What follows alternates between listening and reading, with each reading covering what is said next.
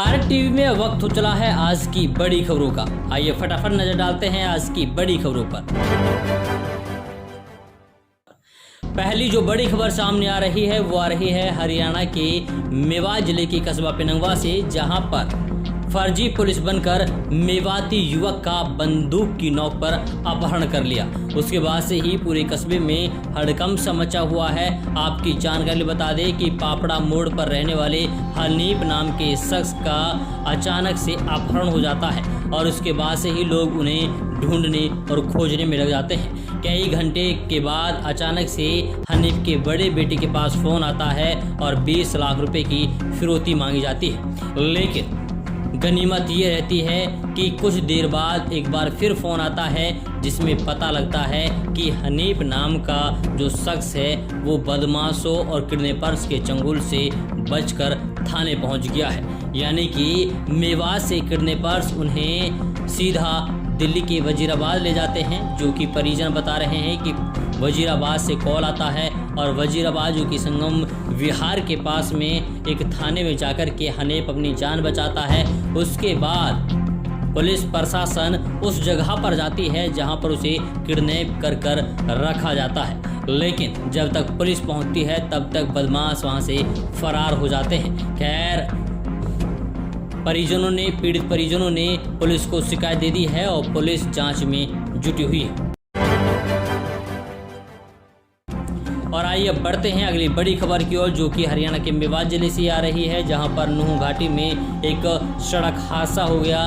तेज रफ्तार Swift car ने एक ट्रक में टक्कर मार दी, जिसकी वजह से दोनों ही वाहन क्षतिग्रस्त हो गए। लेकिन स्विफ्ट जो कार है उसके पूरी तरीके से पर कच्चे उड़ गए। स्विफ्ट कार में सवार 2 लोग बुरी तरीके से घायल हो गए हैं। तो वहीं पुलिस प्रशासन ने मौके पर आकर के घायलों को अस्पताल में भर्ती करवा दिया है। इसके अलावा पुलिस प्रशासन पूरे मामले की जांच कर रही है और बताया जा रहा है कि जो स्विफ्ट गाड़ी है वो नूह की तरफ से आ रही थी और जो ट्रक है वो सीलखो की तरफ से आ रहा था। इसी बीच अचानक से दोनों के बीच में जोरदार टक्कर हो जाती है।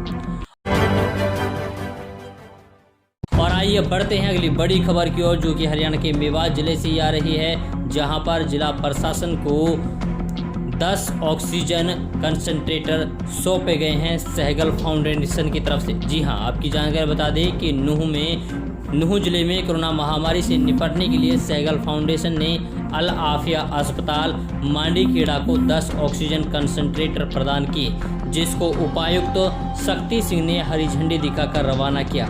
इस मौके पर उपायुक्त शक्ति सिंह ने सहगल फाउंडेशन और इंडिया एसोसिएशन ऑफ मिनेसोटा का मदद करने के लिए आभार व्यक्त करते हुए कहा है कि इस मुश्किल समय में ये राहत सामग्री अस्पतालों और मरीजों के लिए मददगार साबित होंगी। उपायुक्त ने बताया कि ये सारी सामग्री कोविड-19 राहत कार्यक्रम के रूप में सीएमओ सुरेंद्र यादव अल आफिया सिविल अस्पताल मांडीखेड़ा नूह को सौंपी जाएंगी, ताकि यहां के स्थानीय निवासियों व महामारी में कार्यरत चिकित्सकों और कर्मचारियों की जिंदगी बचाने में मदद मिल सके।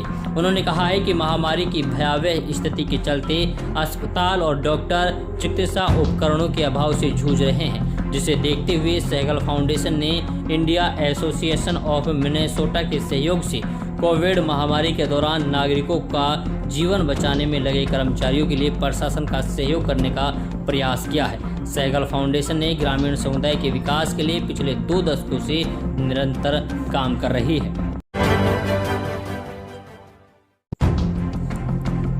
और आइए बढ़ते हैं अगली बड़ी खबर की ओर, जो कि हरियाणा के मेवात जिले से आ रही है। मेवात जिले के गांव गंगवानी के लोगों ने ठेकेदार पर नाली में घटिया सामग्री लगाने का आरोप लगाया है। आपकी जानकारी बता दें कि गंगवानी से बादली की ओर जाने वाली नाली हल्की सी बरसात के चलते पूरी तरीके से क्षतिग्रस्त हो गई है। गांव वालों का कहना है कि बार बार ठेकेदार को इस घटिया सामग्री के बारे में अवगत कराया गया, उनसे मना किया गया, लेकिन ठेकेदार मानने को तैयार नहीं था और अपनी मनमानी से नाली को बनाकर तैयार कर दिया।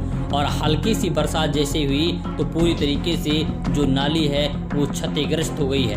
ऐसे में गंगवानी और बादली गांव के लोग एक साथ मिलकर के मांग कर रहे हैं कि इस ठेकेदार के खिलाफ कार्रवाई होनी चाहिए, जांच होनी चाहिए। जिस तरीके का गबन ये लोग कर रहे हैं उससे पूरी तरीके से डिपार्टमेंट का नाम खराब होता है। इसके अलावा जहां पर सरकार भ्रष्टाचार मुक्त कराने की बातें करती है तो वहीं पर कुछ ऐसे चुनिंदा ठेकेदार होते हैं, कुछ चुनिंदा ऐसे लोग होते हैं जो कि सरकार के इस नारे पर दाग लगाने की कोशिश करते हैं। ऐसे में गांव वालों ने मांग की है कि इस पूरे मामले की जो यहाँ पर काम किया गया है उसकी जांच होनी चाहिए और ठेकेदार के खिलाफ कार्रवाई होनी चाहिए और जल्द से जल्द जो टूटी हुई जो क्षतिग्रस्त नाली है उसका निर्माण किया जाना चाहिए, जिससे समय रहते लोग कई सारी समस्याओं से निजात पा सके।